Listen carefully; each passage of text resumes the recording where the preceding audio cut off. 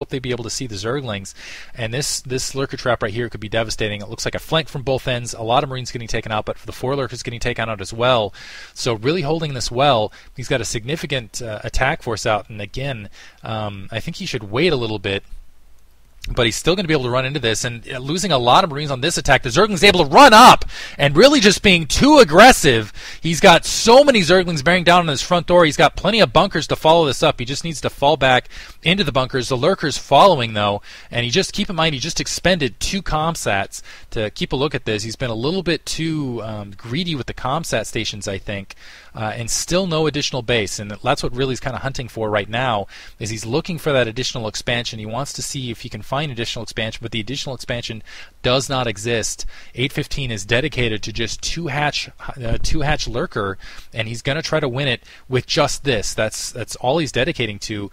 Really still not figuring it out. Never mind, he's going 2 hatch hive to Defiler. That just got comsatted. Unbelievable. He's going to try to use Dark Swarm to penetrate this front door. And right now, Siege Tech is needed, more stuff on the front is needed, more Firebats are needed. This could be crazy. A 2-hatch straight-to-hive lurker rush.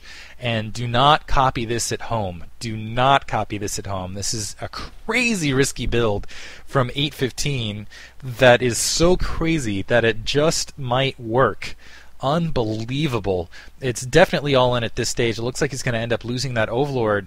It is going to spot those Marines as they're coming back across. Another lurker trap to the south here. Let's see if Really's able to anticipate it. Doesn't look like he's quite able to. Might be leaving his front door exposed once again, and it looks like the Zergling's able to run in, able to pin in the rest of those Marines in a nice little lane there. 1 lurker down, but still going to be able to clean up that attack grouping. Really's not out of this yet, though. Looks like he is going to be able to get a science vessel out, but yeah, needs some siege tanks, needs siege tech on that front door, needs firebats, needs something to deal with this, getting a second control tower. If he's just going straight for irradiate, it's not going to be enough. He does have mines, and those mines are going to be absolutely huge in this defense, because those mines against those lurkers, against those Zerglings, that's going to be a huge factor. I cannot emphasize, because splash damage does in fact work in Swarm, and that is going to be basically the crux of his defense right now. And against this basically lurker defiler, and there's a Swarm, there's the lurkers moving in. The Zerglings able to kill a couple of the mines, but not all of the mines, and the mines to that back position looks like they were mostly taken out, and 1 lurker getting taken out by the mines, but not a lot else. And it looks like it's just not enough mines on the front door, no siege tanks there to support, so the front is getting knocked down. There should be a science vessel out in not too long. Let's see if there's some and just not enough irradiate.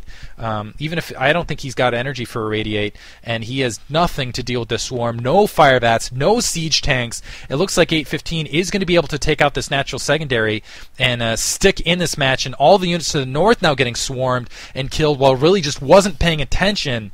And yeah, he is not playing up to his usual standards, not playing up to par at all.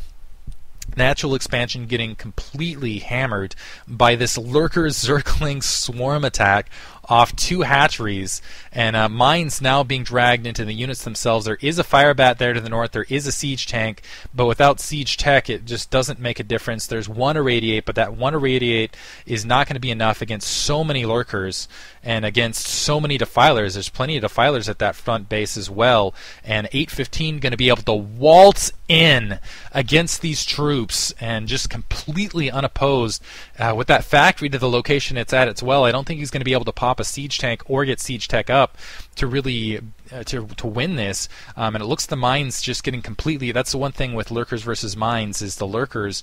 That's actually, I think, one of the reasons way back in the day why vultures just weren't used, because everybody went 2-hatch lurkers so often, and those mines just absolutely devastate. The lurkers splash just devastates the mines, and right now those attack forces getting completely pushed back. He's right on top of the barracks, and it looks like 815 is going to prevail, and with 2 very crazy, almost brilliant attacks, I've got to say, he's going to be able to pull ahead, and he's going to go on to face Quanro, and that is going to be ZVZ. I don't know how creative he's going to be able to get in those matches. This has to be extremely frustrating for him. Granted, he didn't play in a heads-up match, but he still did not deserve to advance out of this the way he was playing, and I got to say 815 deserves it with just genius cojones Really brave in these attacks. A couple fire bats out there, but yeah, 2 fire bats is not going to be enough. There's a very late GG from Really. Hope you guys enjoyed it. Great play from 815. Thanks for listening.